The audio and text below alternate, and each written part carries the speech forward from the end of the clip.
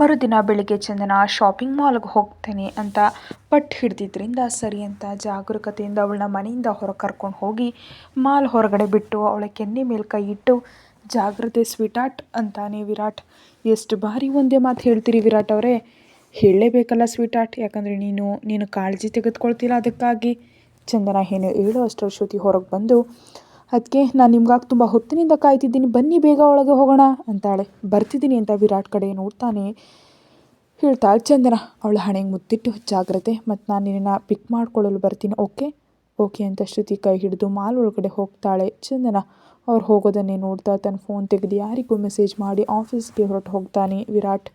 ಚಂದನ ಮತ್ತು ಶ್ರುತಿ ಮಕ್ಕಳ ವಿಭಾಗಕ್ಕೆ ಹೋಗಿ ಬಟ್ಟೆಗಳನ್ನ ಮತ್ತು ಆಟಿಕೆಗಳನ್ನ ನೋಡ್ತಿರ್ತಾರೆ. ಅಷ್ಟರಲ್ಲಿ ಚಂದನ ದೃಷ್ಟಿ ಒಂದು ಡಾಲ್ ಹೌಸ್ ಮನೆ ಮೇಲೆ ಬೀಳುತ್ತೆ. ಆ ಮನೆಯನ್ನು ನೋಡ್ತಾ ಮತ್ತೆ ಹಳೆ ನೆನಪುಗಳು ಜಾರ್ತಾಳೆ. ವಿರಾಟ್ ಚಂದನಾಳ ಕಣ್ಣಿಗೆ ಬಟ್ಟೆ ಕಟ್ಟಿ ಅವಳನ್ನ ಒಂದು ರೂಮ್ ಒಳಗಡೆ ಕರ್ಕೊಂಡು ಹೋಗ್ತಾನೆ ತುಂಬ ಕುತೂಹಲದಿಂದ. ವಿರಾಟ್ ಅವರು ಈಗಲಾದರೂ ನನ್ನ ಕಣ್ಣಿಂದ ಈ ಬಟ್ಟೆ ತೆಗೀರಿ, ತುಂಬ ಹೊತ್ತಿನಿಂದ ಹೀಗೆ ಸುತ್ತಿಸ್ತಿದ್ದೀರಿ, ಈಗ ನನಗೆ ಕಾಯೋದಕ್ಕಾಗ್ತಿಲ್ಲ, ಸರ್ಪ್ರೈಸ್ ಏನು ಅಂತ ಈಗಲೇ ನೋಡಬೇಕು ಅಂತಾಳೆ ಚಂದನ. ವೆಯ್ಟ್ ಸ್ವೀಟ್ ಆರ್ಟ್ ಅಂತ ಅವಳ ಕಣ್ಣಿನ ಬಟ್ಟೆ ಬಿಡಿಸ್ತಾನೆ.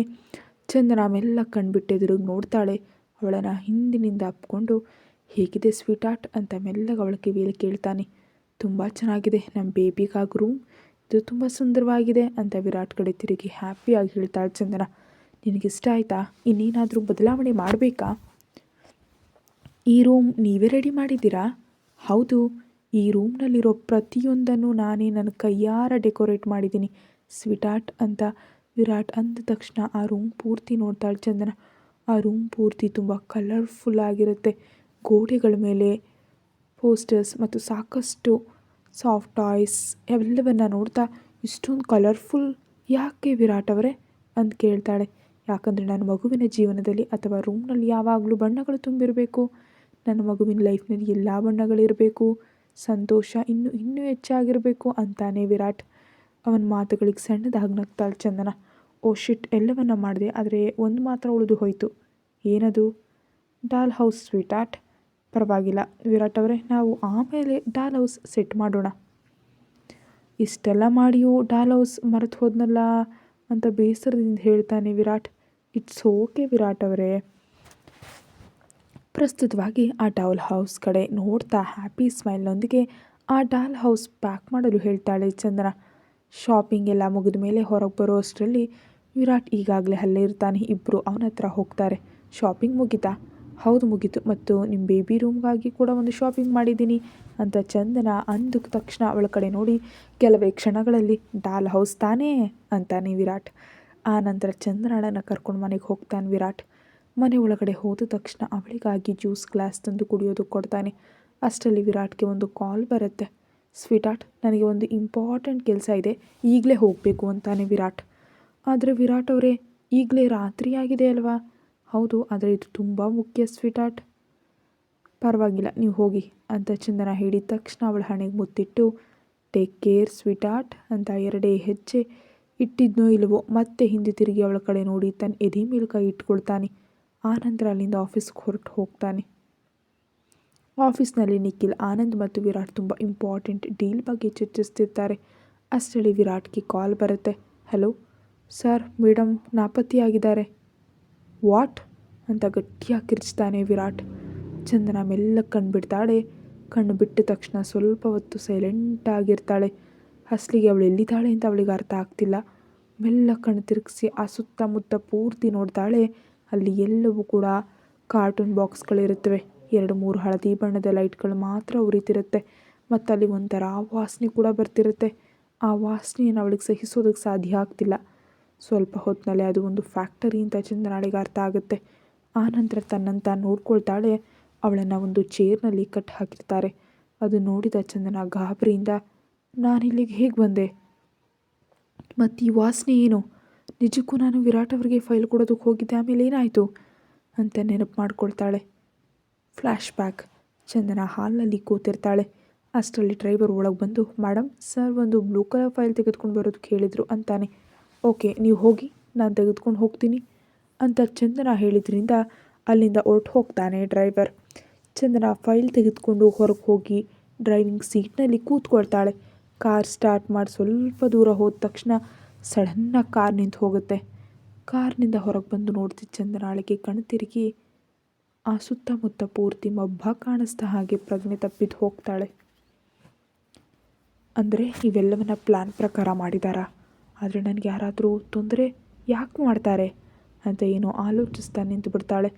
ಅಷ್ಟರಲ್ಲಿ ಫ್ಯಾಕ್ಟರಿ ಗೇಟ್ ಓಪನ್ ಆಗಿ ಒಳಗಡೆ ಬಂದು ಅವಳನ್ನ ನೋಡಿದ ಚಂದನ ಶಾಕ್ ಆಗ್ತಾ, ಸ್ನೇಹ ನೀನಾ ಅಂತ ಕೇಳ್ತಾಳೆ.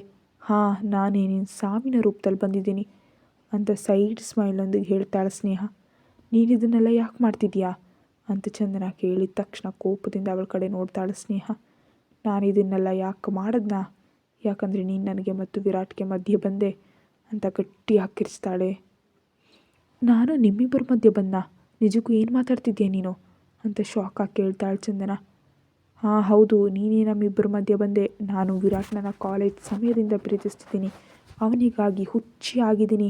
ಇನ್ಫ್ಯಾಕ್ಟ್ ಈಗಲೂ ನಾನು ಅವನನ್ನ ಹುಚ್ಚನಂತೆ ಪ್ರೀತಿಸ್ತಿದ್ದೀನಿ. ಗಂಭೀರವಾಗಿ ಅವಳ ಕಡೆ ನೋಡ್ತಾ, ನನಗೆ ನಿನ್ನ ಮೇಲೆ ಮೊದಲಿನಿಂದಲೂ ಡೌಟ್ ಇತ್ತು. ಆದರೆ ನೀನು ಇಷ್ಟರ ಮಟ್ಟಿಗೆ ಇಳಿತೀಯಾ ಅಂತ ನಾನು ನಿಜಕ್ಕೂ ಅಂದ್ಕೊಂಡಿರಲಿಲ್ಲ ಅಂತ ಕೋಪದಿಂದ ಹೇಳ್ತಾಳೆ ಚಂದನ. ಗಟ್ಟಿಯಾಗಿ ನಗ್ತಾ ಅವಳ ಕಡೆ ನೋಡ್ತಾ, ನೀನು ಡೌಟ್ನಲ್ಲೇ ಹಾಗೆ ಉಳಿದುಬಿಟ್ಟೆ, ಅದಕ್ಕೆ ಇಂದು ನಿನಗೆ ಎದುರಾಗಿದೆಯಾ? ಮತ್ತು ನನಗೆ ನಿನ್ನ ಬಗ್ಗೆ ತಿಳಿದಾಗ ನಾನು ಅಂದ್ಕೊಂಡಿದ್ದೇನೆಂದರೆ ವಿರಾಟ್ ನಿನ್ನನ್ನು ಯೂಸ್ ಮಾಡಿಬಿಟ್ಬಿಡ್ತಾನೆ ಅಂತ. ಬಟ್ ನಿನ್ನ ಮೇಲೆ ವಿರಾಟ್ಗೆ ಇಷ್ಟು ಹುಚ್ಚು ಪ್ರೀತಿ ಬೆಳೆಯುತ್ತೆ ಅಂತ ನಾನು ನಿಜಕ್ಕೂ ಅಂದ್ಕೊಂಡಿರಲಿಲ್ಲ ಅಂತಾಳೆ ಸ್ನೇಹ. ನೀನು ತುಂಬ ರಾಂಗ್ ವೇನಲ್ಲಿ ಆಲೋಚಿಸ್ತಿದ್ಯಾ ಸ್ನೇಹ. ವಿರಾಟ್ ಅವ್ರಿಗೆ ನಾನು ನಿನ್ನೆಯೋ ಮೊನ್ನೆಯೋ ಹುಟ್ಟಿದ ಪ್ರೀತಿಯಲ್ಲ, ಕೆಲವು ವರ್ಷಗಳ ಹಿಂದಿನಿಂದಲೇ ಅವರು ನನ್ನನ್ನು ಲವ್ ಮಾಡ್ತಿದ್ದಾರೆ. ಮತ್ತು ಈ ವಿಷಯ ನಿನಗೆ ಲೇಟಾಗಿ ತಿಳಿಯಿತು ಅಂತ ನನಗೆ ಗೊತ್ತು ಅಂತ ವ್ಯಂಗ್ಯವಾಗಿ ಹೇಳ್ತಾಳೆ ಚಂದನ. ಕೋಪದಿಂದ ಚಂದನಾಳ ಕಡೆ ನೋಡ್ತಾ, ಇಟ್ಸ್ ಓಕೆ, ಏನೂ ಪರವಾಗಿಲ್ಲ. ನಿನ್ನ ಸತ್ತ ಮೇಲೆ ವಿರಾಟ್ಗೆ ನಿನ್ನ ಮೇಲಿರೋ ಹುಚ್ಚು ಪ್ರೀತಿ ಕೂಡ ಎಂಡ್ ಆಗಿಬಿಡುತ್ತೆ ಅಂತ ಅವಳು ಬೇಬಿ ಬಂಪ್ ಕಡೆ ನೋಡ್ತಾಳೆ ಸ್ನೇಹ. ಸ್ನೇಹಾಳ ದೃಷ್ಟಿ ತನ್ನ ಬೇಬಿ ಬಂಪ್ ಮೇಲಿರೋದನ್ನು ನೋಡಿದ ಚಂದನ ತುಂಬ ಗಾಬರಿ ಆಗ್ತಾಳೆ. ಯಾಕಂದರೆ ಚಂದನ ಒಂದು ಕ್ಷಣದಲ್ಲೆಲ್ಲವನ್ನು ಬಿಟ್ಟುಕೊಡಬಹುದು. ಆದರೆ ತನ್ನ ಮಗುವಿಗೆ ಏನಾದರೂ ಆಗುತ್ತೆ ಅಂದರೆ ಅವಳು ನಿಜಕ್ಕೂ ತಡ್ಕೊಳ್ಳಲ್ಲ.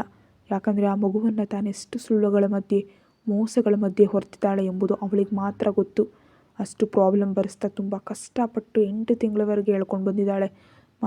ಮಗುವಿಗಾಗಿ ತನ್ನ ಪ್ರಾಣವನ್ನು ಲೆಕ್ಕಿಸದೆ ತನ್ನ ಜೀವನವನ್ನೇ ಪಣಕ್ಕಿಟ್ಟಿದ್ದಾಳೆ. ಅವೆಲ್ಲ ನೆನಪಿಗೆ ಬಂದ ತಕ್ಷಣ ಸ್ನೇಹಳ ಕಡೆ ನೋಡ್ತಾ, ಡೋಂಟ್ ಯು ಡೇರ್ ಸ್ನೇಹ ಅಂತ ಎಚ್ಚರಿಕೆಯ ಧ್ವನಿಯಲ್ಲಿ ಹೇಳ್ತಾಳೆ ಚಂದನ. ಹುಚ್ಚಿಯಂತೆ ನಗ್ತಾ, ನೀನನ್ನು ತಡೆಬಲ್ಲಿಯ ಚಂದನ?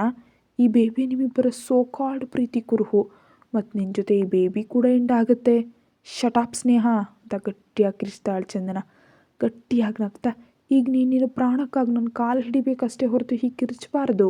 ಮತ್ತು ಇನ್ನೊಂದು ವಿಷಯ ಗೊತ್ತಾ, ಮಾಲ್ಡೀವ್ಸ್ನಲ್ಲಿ ನಿನಗೆ ವಿಡಿಯೋ ತೋರಿಸಿದ ನಿಶಾಗೆ ಹಾಗೆ ಮಾಡಲು ನಾನೇ ಹೇಳಿದ್ದು. ನಿಶಾನನ್ನು ನೀನು ಅಲ್ಲಿಗೆ ಕಳಿಸಿದ್ಯಾ? ನಿನಗೇನು ಅನಿಸುತ್ತೆ?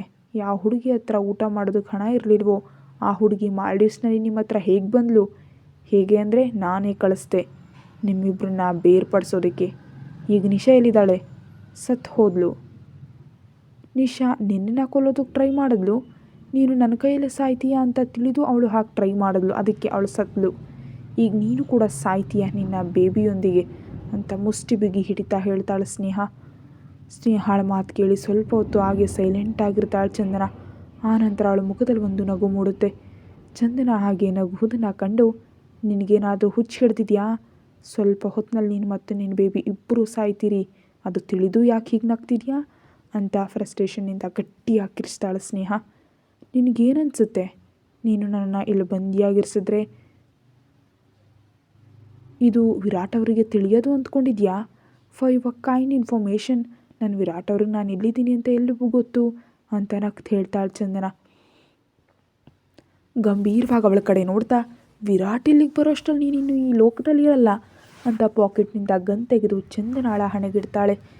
ಸ್ನೇಹಾಳ ಕಣ್ಣಲ್ಲಿ ಕಣ್ಣಿಟ್ಟು ನೋಡ್ತಾ, 3, 2, 1 ಮೈ ವಿರಾಟ್ ಇಸ್ ಹಿಯರ್ ಅಂತ ಚಂದನ ಅಂದ ತಕ್ಷಣ ಫ್ಯಾಕ್ಟರಿ ಡೋರ್ ದಢಾರ್ ಅಂತ ತೆರೆದುಕೊಳ್ಳುತ್ತೆ. ಸ್ನೇಹ ಹಿಂದೆ ತಿರುಗಿ ನೋಡ್ತಾಳೆ. ವಿರಾಟ್, ಆನಂದ್ ಮತ್ತು ನಿಖಿಲ್ ಅವಳಿಗೆ ಎದುರಾಗಿರೋದನ್ನು ನೋಡಿ ಶಾಕ್ ಆಗಿ ಹಾಗೆ ಬಿಗುಮಾನದಿಂದ ನಿಂತು ಬಿಡ್ತಾಳೆ. ನೀವು ವಿರಾಟ್ ಹಿಂದೆ ಹುಚ್ಚಿಯಂತೆ ತಿರುಗ್ತಿದ್ದೀರಿ ಅಂತ ಗೊತ್ತು, ಆದರೆ ನೀನು ಇಷ್ಟೊಂದು ಕೆಳಮಟ್ಟಕ್ಕೆ ಇಳಿತೀಯಾ ಅಂತ ನಾನು ನಿಜಕ್ಕೂ ಅಂದ್ಕೊಂಡಿರಲಿಲ್ಲ ಅಂತಾಳೆ.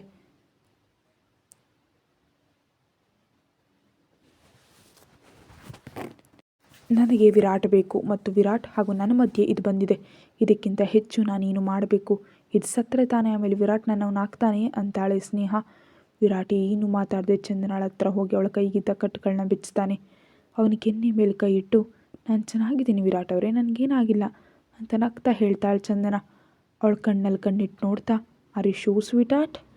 ಹೌದು, ನಾನು ಮತ್ತು ನಮ್ಮ ಬೇಬಿ ಪರ್ಫೆಕ್ಟ್ಲಿ ಆಲ್ ರೈಟ್ ಅಂತಾಳೆ ಚಂದನ.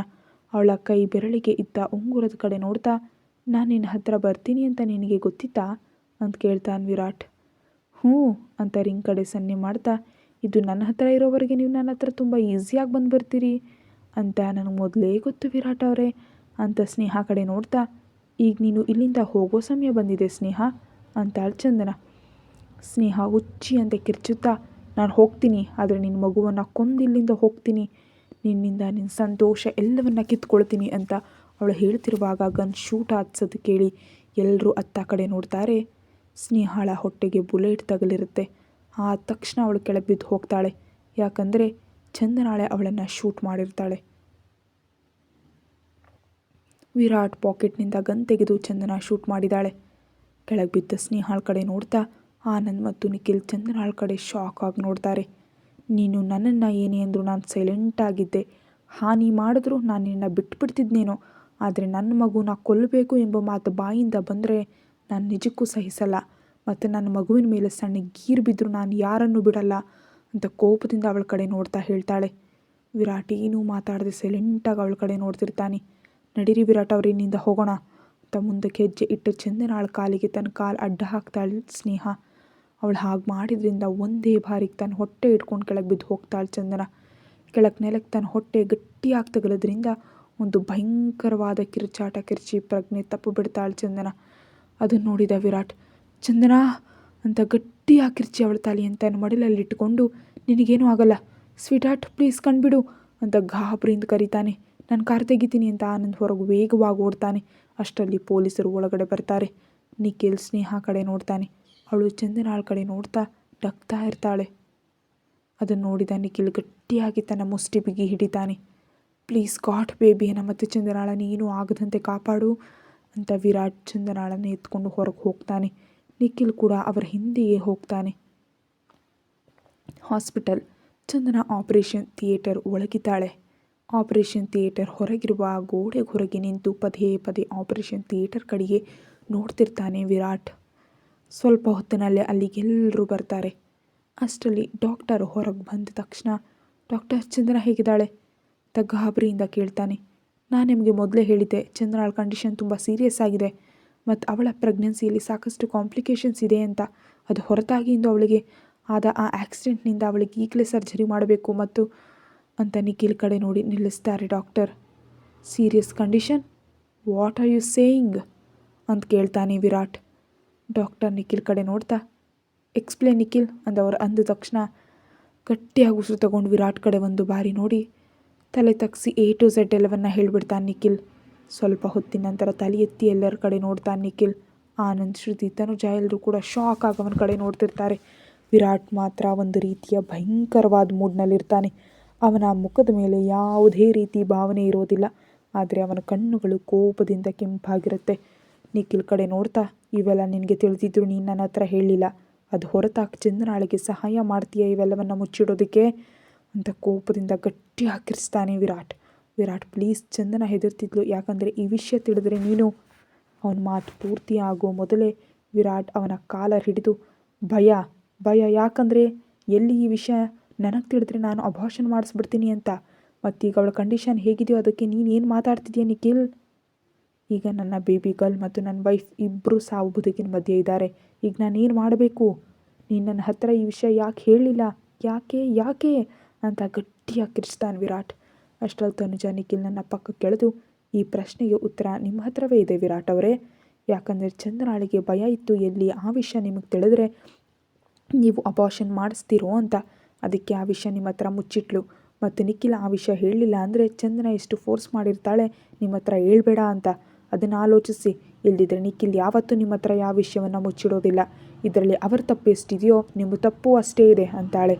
ತನುಜಾ ಮಾತಿಗೆ ನಿಖಿಲ್ ಶಾಕ್ ಆಗೋವಳ ಕಡೆ ನೋಡ್ತಾನೆ. ಪ್ಲೀಸ್ ನೀವೆಲ್ಲರೂ ಸೈಲೆಂಟ್ ಆಗಿರಿ. ಈಗ ಹೀಗೆ ಗಲಾಟೆ ಮಾಡಿದ್ರೆ ಏನೂ ಆಗಲ್ಲ, ನಾವು ಏನಾದರೂ ಆಲೋಚನೆ ಮಾಡೋಣ ಅಂತಾಳೆ ಶ್ರುತಿ. ಬಾಸ್ ಪ್ಲೀಸ್ ನೀವೀಗ ಹೀಗೆ ಕೋಪದಿಂದ ಇರಬಾರ್ದು, ಯಾಕಂದರೆ ಒಳಗಡೆ ನಿಮ್ಮ ವೈಫ್ ಮತ್ತು ನಿಮ್ಮ ಬೇಬಿ ಇದ್ದಾರೆ ಅಂತ ಆನಂದ್ ಅಂದ ತಕ್ಷಣ ಡಾಕ್ಟರ್ ಕಡೆ ನೋಡ್ತಾನೆ ವಿರಾಟ್. ಒಂದು ಪೇಪರ್ ವಿರಾಟ್ಗೆ ನೀಡ್ತಾ, ನಾವು ಅವರಿಬ್ಬರನ್ನ ಉಳಿಸೋದಕ್ಕೆ ಟ್ರೈ ಮಾಡ್ತೀವಿ, ಆದರೆ ಅವಳ ಕಂಡೀಷನ್ನಿಂದಾಗಿ ಹೆಚ್ಚು ಪ್ರಾಬ್ಲಮ್ ಕ್ರಿಯೇಟ್ ಆದರೆ ಆಗ ನಾವು ಯಾರಾದರೂ ಒಬ್ಬರನ್ನ ಮಾತ್ರ ಉಳಿಸೋದಕ್ಕೆ ಸಾಧ್ಯ ಅಂತ ಡಾಕ್ಟರ್ ಅಂದ ತಕ್ಷಣ ಅಲ್ಲೇ ಇದ್ದ ಬೆಂಚ್ ಮೇಲೆ ಹಾಗೆ ಕೂತು ಪೇಪರ್ ಕಡೆ ನೋಡ್ತಾನೆ ವಿರಾಟ್. ಅವನಿಗೆ ಚಂದನ ಪ್ರೆಗ್ನೆನ್ಸಿ ಸಮಯದಲ್ಲಿ ಅವಳೊಂದಿಗೆ ಕಳೆದ ಕ್ಷಣಗಳೇ ನೆನಪಿಗೆ ಬರೋದಕ್ಕೆ ಆರಂಭಿಸುತ್ತೆ. ಮಗುವಿನ ಜೊತೆಗಿನ ಸಾಕಷ್ಟು ನೆನಪುಗಳು ಕಣ್ಮುಂದೆ ಸುಳಿಯುತ್ತೆ. ಆ ನಂತರ ಗಟ್ಟಿಯಾಗಿ ಉಸಿರು ಬಿಟ್ಟು, ಒಂದು ವೇಳೆ ಯಾರನ್ನಾದರೂ ಒಬ್ಬರನ್ನ ಉಳಿಸೋ ಪರಿಸ್ಥಿತಿ ಬಂದರೆ ನೀವು ಚಂದನಾಳನ್ನು ಮಾತ್ರ ಉಳಿಸ್ಬೇಕು ಅಂತ ವಿರಾಟ್ ಅಂದ ತಕ್ಷಣ ಗಟ್ಟಿಯಾಗಿ ಕಣ್ಣು ಮುಚ್ತಾನೆ ನಿಖಿಲ್. ಅಲ್ಲೇ ಇದ್ದ ಆನಂದ್, ಶ್ರುತಿ ಮತ್ತು ತನುಜ ಆ ಮಾತು ಕೇಳಿ ಬೇಸರದಿಂದ ಎಲ್ಲರ ಕಣ್ಣಲ್ಲಿ ಕಣ್ಣೀರು ಬರುತ್ತೆ. ಡಾಕ್ಟರ್ ಓಕೆ ಅಂತ ಮತ್ತೆ ಆಪರೇಷನ್ ಥಿಯೇಟರ್ ಒಳಗಡೆ ಹೋಗ್ತಾರೆ. ವಿರಾಟ್ ಬೆಂಚ್ ಮೇಲೆ ತಲೆ ಒರಗಿಸಿ ಹಾಗೆ ಕಣ್ಣು ಮುಚ್ಕೊಳ್ತಾನೆ. ಕತೆ ಮುಂದುವರಿಯುತ್ತೆ. Thank you.